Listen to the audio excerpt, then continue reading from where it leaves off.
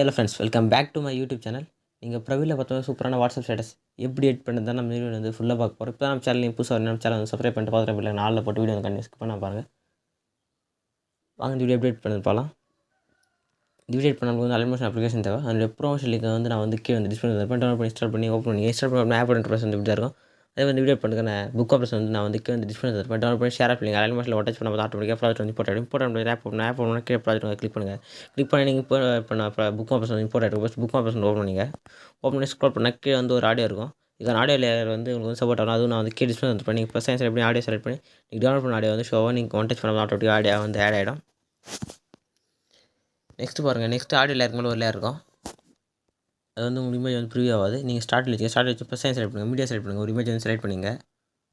Select பண்ணிட்டு மேலே Trott இருக்கும், திராட் கிளிக் பண்ணுங்கள். ஃபிஃப்த்தான ஃபில் காம்பஸ் செலக்ட் பண்ணுங்கள். செலக்ட் பண்ணி ஸ்க்ரோல் பண்ணுங்கள். கரெக்டாக பாருங்கள் 4:30 வச்சு இப்போ அந்த லேயர் செலக்ட் பண்ணி கீழே இங்கே எக்ஸ்பெண்ட் ஆப்ஷன் வரும், கிளிக் பண்ணுங்கள். எக்ஸ்பெண்ட் ஆகிடும். இப்போ கீழே ஸ்க்ரோல் பண்ணுங்கள். கீழே இந்த ஆடியோ லேயருக்கு மேலே லேயர் செலக்ட் பண்ணுங்கள். லேயர் செலக்ட் பண்ணி எஃபெக்ட் செலக்ட் பண்ணி திராட் செலக்ட் பண்ணி காப்பி கொடுத்துங்க.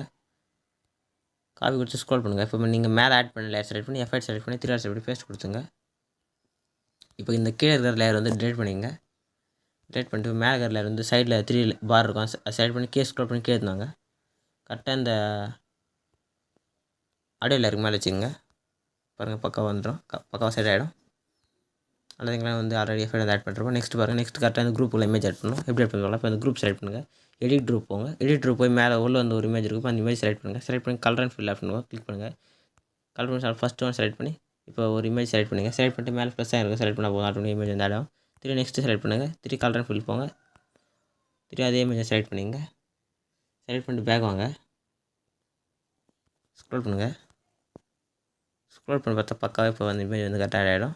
நீங்கள் அதே மாதிரி வந்து கரெக்டாக இந்த லேயருக்கு வந்து எஃபெக்ட் இமேஜ் வந்து ஆட் பண்ணிங்க.